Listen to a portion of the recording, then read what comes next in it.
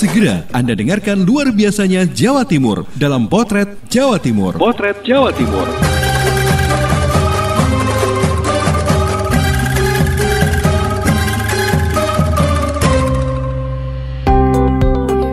Halo sahabat, Jawa Timur memang luar biasa. Mulai dari tempat wisata, kuliner, event budaya, UMKM, dan masih banyak lagi yang luar biasa dari Jawa Timur. Nah, setiap Sabtu dan Minggu, luar biasanya Jawa Timur akan hadir setiap jam 8 pagi dan 4 sore di program Potret Jawa Timur. Sahabat, Kabupaten Sidoarjo punya wilayah pesisir, yang berarti masyarakat di sana juga banyak berprofesi sebagai nelayan. Ada sebuah tarian yang menceritakan tentang aktivitas para nelayan ini, namanya Tari Yuk Kupang. Untuk membuka edisi pertama tahun ini, kita dengarkan Atika Amsar, Suara Sidoarjo, yang punya cerita. Yuk, apa kok? Nang Sidoarjo yuk. Berawal dari kepedulian terhadap seni dan budaya, membuat Ibu Rizky Niswarini Utami dan Bapak Chandra Nonta menciptakan tarian Yuk Kupang sebagai tarian khas Sidoarjo.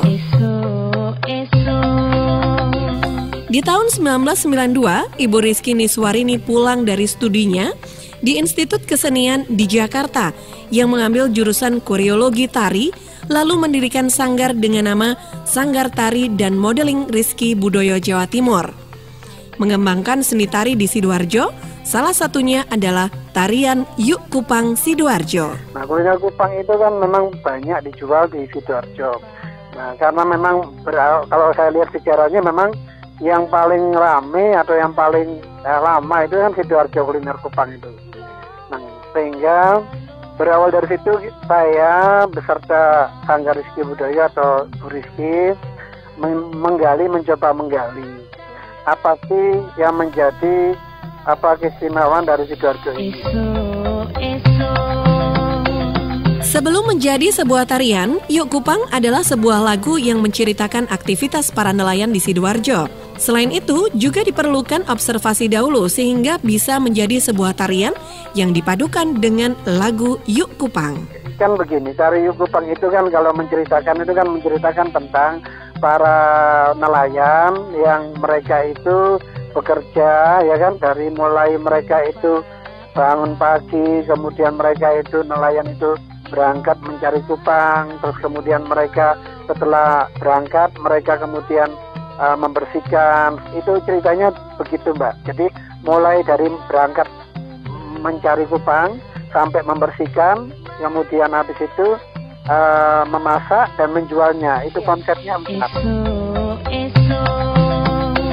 Tari Yuk Kupang yang mulai dikenalkan sejak tahun 2016 sudah mengantongi berbagai prestasi dan tampil juga di beberapa acara skala nasional. Meskipun masih ada beberapa kendala yang dialami untuk semakin mengenalkan tarian Yuk Kupang sebagai tari tradisional Sidoarjo.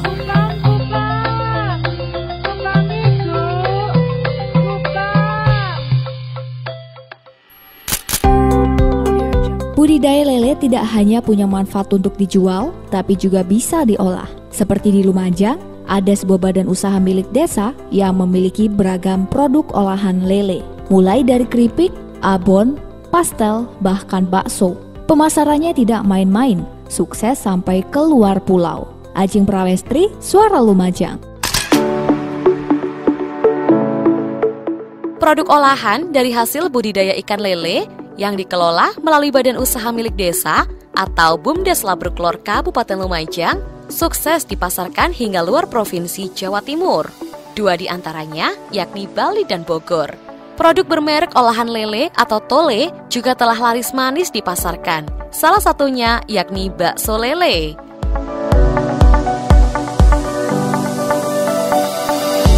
Ahmad Hidayat, Ketua BUMDes Labruklor mengatakan bahwa potensi budidaya ikan lele di daerah tersebut terbilang sangat besar sehingga menjadi nilai tambah untuk meningkatkan perekonomian warga.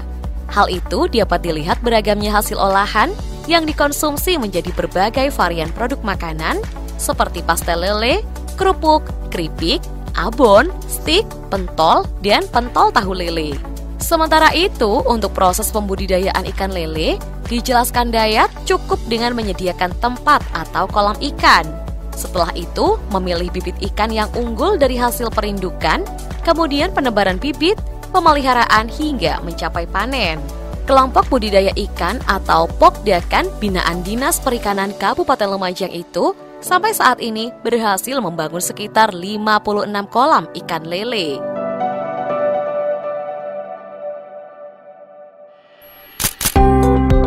Kabupaten Ngawi memiliki sebuah desa wisata bernuansa alam. Potensi nilai budayanya sangat beragam, bahkan ada festival khususnya. Selain itu, ada kopi khas yang menunggu untuk Anda cicipi saat mampir ke desa ini. Renata Surya dari Suara Ngawi akan bercerita tentang wisata Desa Ngerayudan.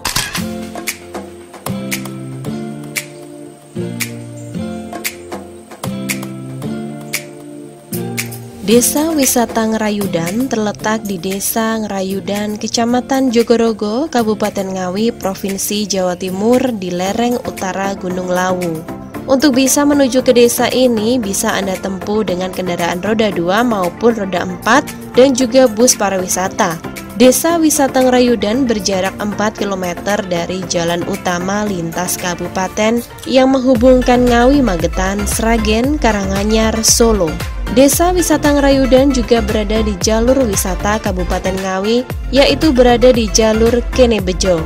Desa wisata ini menyajikan sebuah wisata alam dan budaya tradisi di mana potensi alam yang luar biasa sehingga perlu kita lestarikan serta dikembangkan dan dimanfaatkan sewajarnya tanpa merubah sebuah esensi daripada kawasan pedesaan. Budaya tradisi merupakan wujud dari desa yang selalu melestarikan nilai-nilai budaya yang ada di masyarakat agar tidak punah ditelan zaman modernisasi ini. Potensi seni budaya dan alam di Desa Ngerayudan salah satunya ialah acara yang dilakukan setiap bulan Agustus. Festival ini dimulai dari beberapa rangkaian acara dimulai dari penampilan seniman dan musisi lokal, nasional, hingga internasional. Arak-arakan tumpeng dan bancaan bersama sebagai wujud nikmat karunia alam Ngerayudan. Dan diakhiri numpuk batu bersama di objek wisata Selondo. Acara ini disebut Festival Gravitasi Bumi Selondo.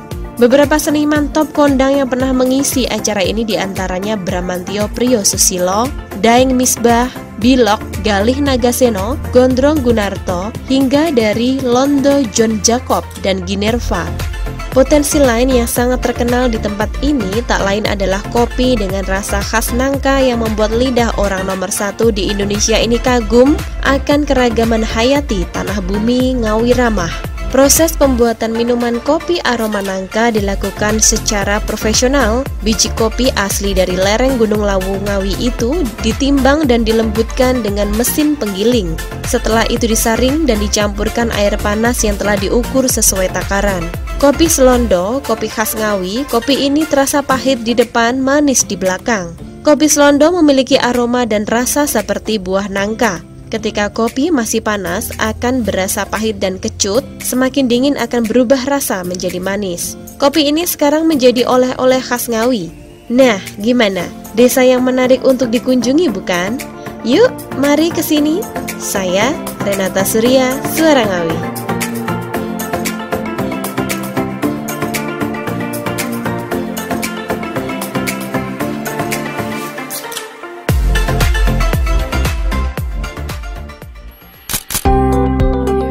Selanjutnya kita ke Kota Blitar.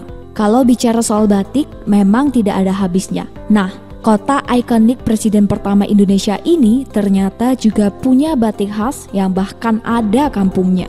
Namanya Kampung Batik Turi. Nah, kampung wisata batik ini bahkan jadi sentra perekonomian. Kirana Nisa, Mahardika, Kota Blitar yang berbagi cerita.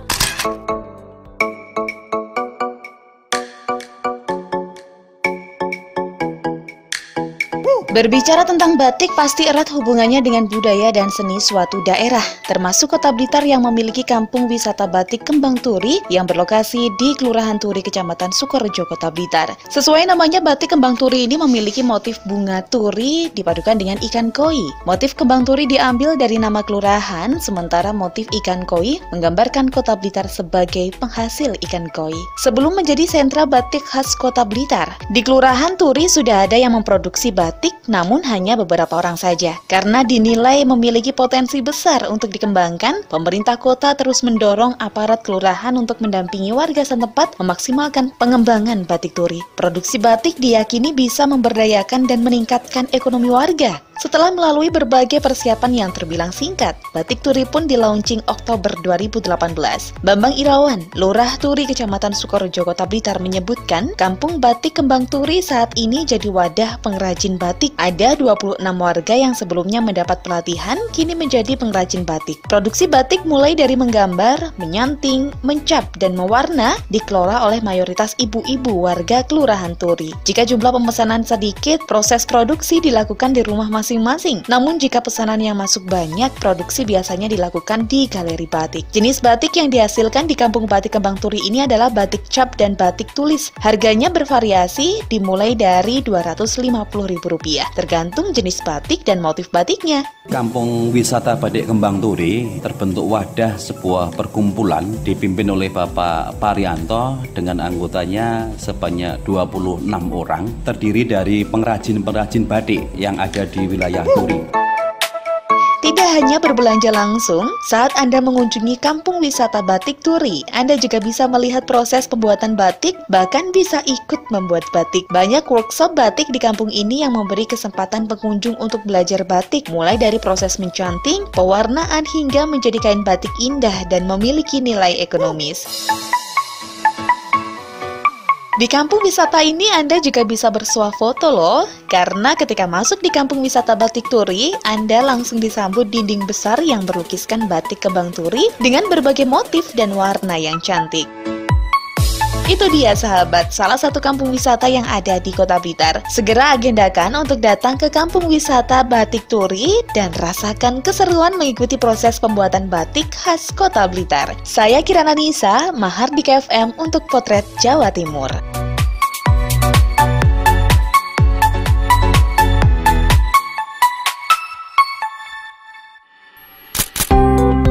Masih di Blitar dengan ragam batiknya, ada sebuah seni batik yang dikaryakan oleh anak-anak disabilitas. Wah, menarik bukan? Namanya batik ciprat. Membuatnya tidak mudah, hasilnya pun tidak main-main. Batik ini memiliki banyak pesan. Salah satunya sebuah karya bisa dibuat oleh siapa saja. Kita dengarkan cerita dari Oza Ahmad, Persada Blitar. Siapa yang tak kenal dengan batik ciprat asal desa Resap Ombo, Kecamatan Doko, Kabupaten Blitar, yang ternyata dibuat oleh anak-anak disabilitas. Dalam karya mereka inilah menunjukkan bahwa semua manusia bisa eksis dan menghasilkan sesuatu yang luar biasa.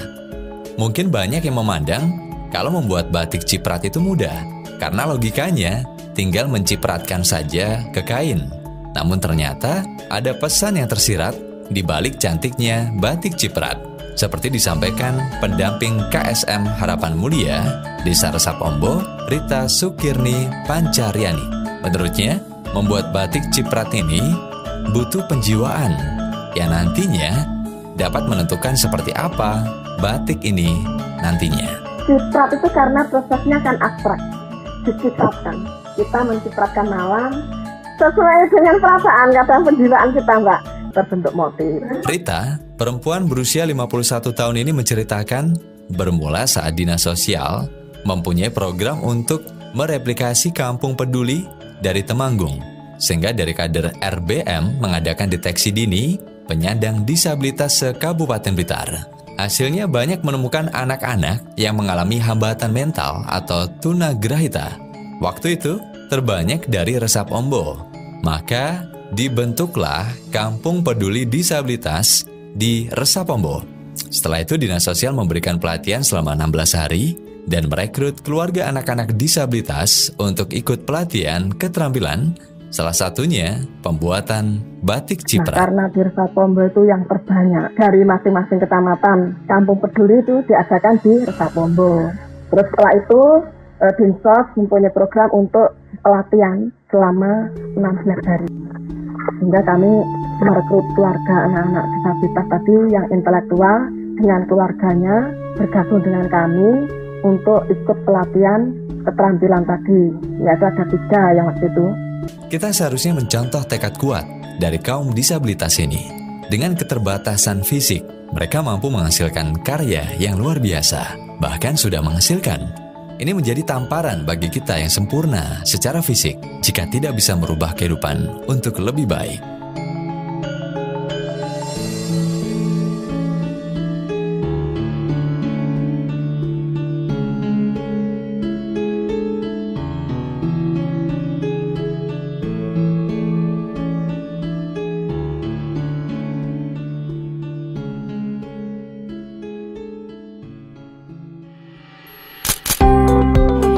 Dan masih banyak luar biasanya Jawa Timur belum terekam dalam Potret Jawa Timur kali ini.